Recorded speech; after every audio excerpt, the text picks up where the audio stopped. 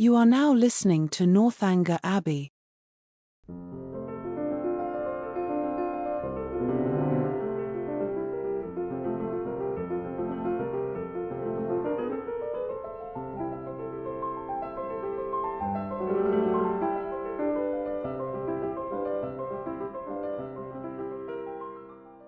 Chapter 14. The next morning was fair, and Catherine almost expected another attack from the assembled party. With Mr. Allen to support her, she felt no dread of the event, but she would gladly be spared a contest, where victory itself was painful, and was heartily rejoiced therefore at neither seeing nor hearing anything of them. The Tilneys called for her at the appointed time, and no new difficulty arising, no sudden recollection, no unexpected summons, no impertinent intrusion to disconcert their measures, my heroine was most unnaturally able to fulfill her engagement, though it was made with the hero himself. They determined on walking round Beechen Cliff, that noble hill whose beautiful verdure and hanging coppice render it so striking an object from almost every opening in Bath. "I never look at it," said Catherine, as they walked along the side of the river, without thinking of the south of France. "You have been abroad then?" said Henry, a little surprised. "Oh no, I only mean what I have read about. It always puts me in mind of the country that Emily and her father travelled through, in the mysteries of Udolpho. But you never read novels, I dare say?" "Why not?" "Because they are not clever enough for you gentlemen. Read better books. The person, be it gentleman or lady, who has not pleasure in a good novel, must be intolerably stupid. I have read all Mrs. Radcliffe's works, and most of them with great pleasure. The Mysteries of Udolpho, when I had once begun it, I could not lay down again. I remember finishing it in 2 days, my hair standing on end the whole time." "Yes," added Miss Tilney, "and I remember that you undertook to read it aloud to me, and that when I was called away for only 5 minutes to answer a note, instead of waiting for me, you took the volume into the Hermitage Walk, and I was obliged to stay till you had finished it." "Thank you, Eleanor, a most honourable testimony. You see, Miss Morland, the injustice of your suspicions. Here was I, in my eagerness to get on, refusing to wait only 5 minutes for my sister, breaking the promise I had made of reading it aloud, and keeping her in suspense at a most interesting part, by running away with the volume, which, you are to observe, was her own, particularly her own. I am proud when I reflect on it, and I think it must establish me in your good opinion." "I am very glad to hear it indeed, and now I shall never be ashamed of liking Udolpho myself. But I really thought before, young men despised novels amazingly." "It is amazingly. It may well suggest amazement if they do, for they read nearly as many as women. I myself have read hundreds and hundreds. Do not imagine that you can cope with me in a knowledge of Julia's and Louisa's.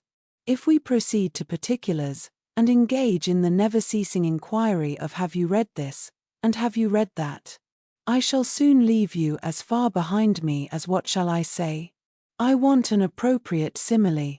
As far as your friend Emily herself left poor Valancourt when she went with her aunt into Italy. Consider how many years I have had the start of you. I had entered on my studies at Oxford, while you were a good little girl working your sampler at home. Not very good, I am afraid. But now really, do not you think Udolpho the nicest book in the world?" "The nicest, by which I suppose you mean the neatest. That must depend upon the binding." "Henry," said Miss Tilney, "you are very impertinent. Miss Morland, he is treating you exactly as he does his sister. He is forever finding fault with me, for some incorrectness of language, and now he is taking the same liberty with you. The word nicest, as you used it, did not suit him, and you had better change it as soon as you can, or we shall be overpowered with Johnson and Blair all the rest of the way." "I am sure," cried Catherine, "I did not mean to say anything wrong, but it is a nice book, and why should not I call it so?" "Very true," said Henry, "and this is a very nice day, and we are taking a very nice walk, and you are two very nice young ladies. Oh, it is a very nice word indeed. It does for everything. Originally perhaps it was applied only to express neatness, propriety, delicacy, or refinement. People were nice in their dress, in their sentiments, or their choice. But now every commendation on every subject is comprised in that one word. While, in fact, cried his sister, it ought only to be applied to you, without any commendation at all. You are more nice than wise. Come, Miss Morland, let us leave him to meditate over our faults in the utmost propriety of diction, while we praise Udolpho in whatever terms we like best. It is a most interesting work.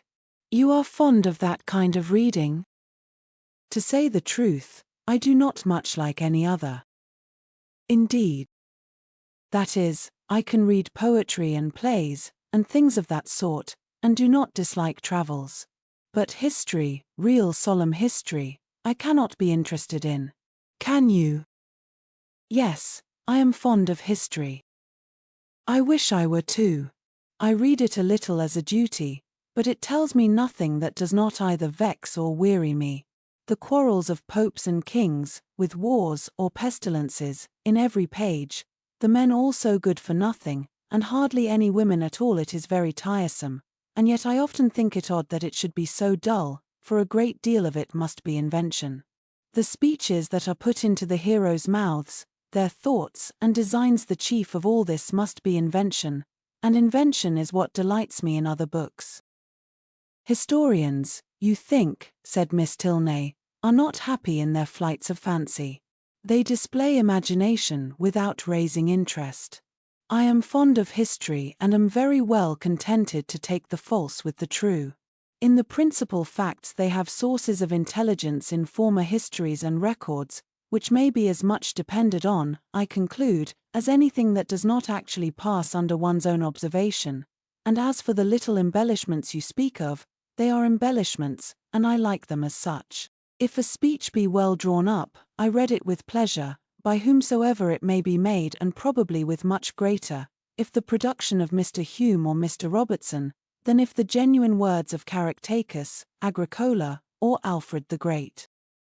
You are fond of history, and so are Mr. Allen and my father, and I have 2 brothers who do not dislike it. So many instances within my small circle of friends is remarkable. At this rate, I shall not pity the writers of history any longer. If people like to read their books, it is all very well, but to be at so much trouble in filling great volumes, which, as I used to think, nobody would willingly ever look into, to be laboring only for the torment of little boys and girls, always struck me as a hard fate. And though I know it is all very right and necessary, I have often wondered at the person's courage that could sit down on purpose to do it. That little boys and girls should be tormented, said Henry, is what no one at all acquainted with human nature in a civilized state can deny, but in behalf of our most distinguished historians, I must observe that they might well be offended at being supposed to have no higher aim, and that by their method and style, they are perfectly well qualified to torment readers of the most advanced reason and mature time of life. I use the verb to torment, as I observed to be your own method, instead of to instruct, supposing them to be now admitted as synonymous. You think me foolish to call instruction a torment, but if you had been as much used as myself to hear poor little children first learning their letters and then learning to spell, if you had ever seen how stupid they can be for a whole morning together, and how tired my poor mother is at the end of it, as I am in the habit of seeing almost every day of my life at home, you would allow that to torment and to instruct might sometimes be used as synonymous words. Very probably. But historians are not accountable for the difficulty of learning to read, and even you yourself, who do not altogether seem particularly friendly to very severe, very intense application, may perhaps be brought to acknowledge that it is very well worthwhile to be tormented for 2 or 3 years of one's life, for the sake of being able to read all the rest of it. Consider if reading had not been taught, Mrs. Radcliffe would have written in vain or perhaps might not have written at all. Catherine assented, and a very warm panegyric from her on that lady's merits closed the subject. The Tilneys were soon engaged in another on which she had nothing to say. They were viewing the country with the eyes of persons accustomed to drawing, and decided on its capability of being formed into pictures, with all the eagerness of real taste. Here Catherine was quite lost. She knew nothing of drawing, nothing of taste, and she listened to them with an attention which brought her little profit, for they talked in phrases which conveyed scarcely any idea to her. The little which she could understand, however, appeared to contradict the very few notions she had entertained on the matter before. It seemed as if a good view were no longer to be taken from the top of an high hill, and that a clear blue sky was no longer a proof of a fine day. She was heartily ashamed of her ignorance. A misplaced shame. Where people wish to attach, they should always be ignorant. To come with a well-informed mind is to come with an inability of administering to the vanity of others, which a sensible person would always wish to avoid. A woman especially, if she have the misfortune of knowing anything, should conceal it as well as she can. The advantages of natural folly in a beautiful girl have been already set forth by the capital pen of a sister author, and to her treatment of the subject I will only add, in justice to men, that though to the larger and more trifling part of the sex, imbecility in females is a great enhancement of their personal charms, there is a portion of them too reasonable and too well informed themselves to desire anything more in woman than ignorance. But Catherine did not know her own advantages, did not know that a good-looking girl, with an affectionate heart and a very ignorant mind, cannot fail of attracting a clever young man, unless circumstances are particularly untoward. In the present instance, she confessed and lamented her want of knowledge, declared that she would give anything in the world to be able to draw, and a lecture on the picturesque immediately followed, in which his instructions were so clear that she soon began to see beauty in everything admired by him, and her attention was so earnest that he became perfectly satisfied of her having a great deal of natural taste. He talked of foregrounds, distances, and second distances, side screens and perspectives, lights and shades, and Catherine was so hopeful a scholar that when they gained the top of Beechen Cliff, she voluntarily rejected the whole city of Bath as unworthy to make part of a landscape. Delighted with her progress, and fearful of wearying her with too much wisdom at once, Henry suffered the subject to decline, and by an easy transition from a piece of rocky fragment and the withered oak which he had placed near its summit, to oaks in general, to forests, the enclosure of them, wastelands, crown lands and government, he shortly found himself arrived at politics, and from politics, it was an easy step to silence. The general pause which succeeded his short disquisition on the state of the nation was put an end to by Catherine, who, in rather a solemn tone of voice, uttered these words: "I have heard that something very shocking indeed will soon come out in London." Miss Tilney, to whom this was chiefly addressed, was startled, and hastily replied, "Indeed? And of what nature?" "That I do not know, nor who is the author. I have only heard that it is to be more horrible than anything we have met with yet." "Good heaven! Where could you hear of such a thing?"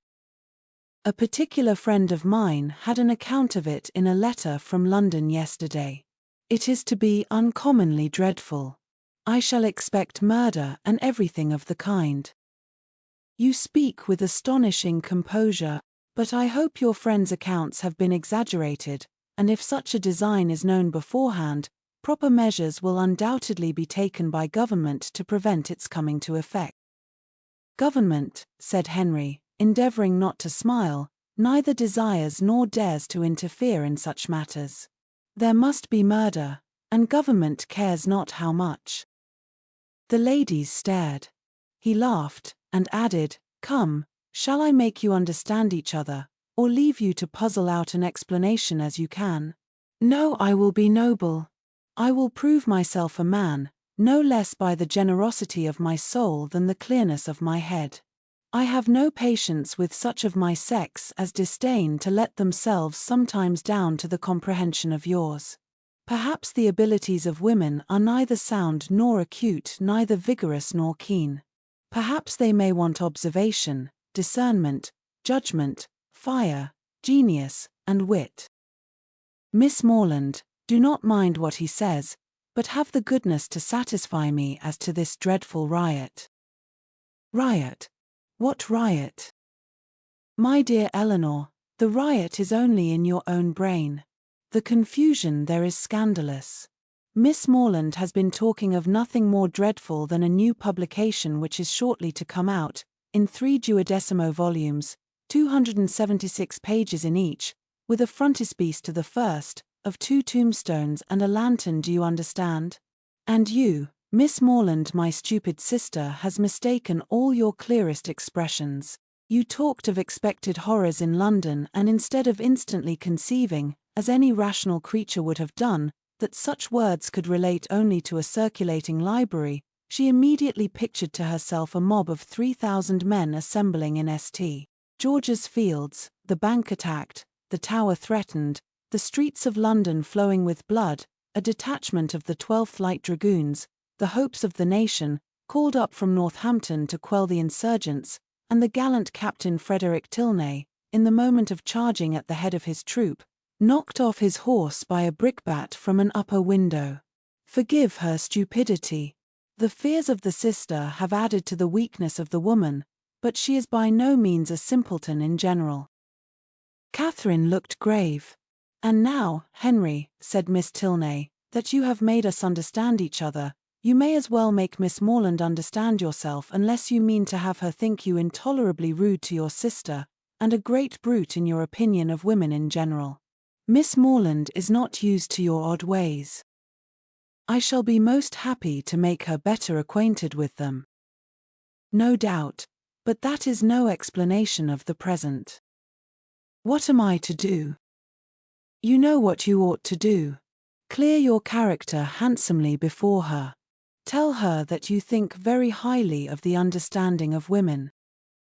Miss Morland, I think very highly of the understanding of all the women in the world, especially of those whoever they may be with whom I happen to be in company. That is not enough. Be more serious. Miss Morland, no one can think more highly of the understanding of women than I do.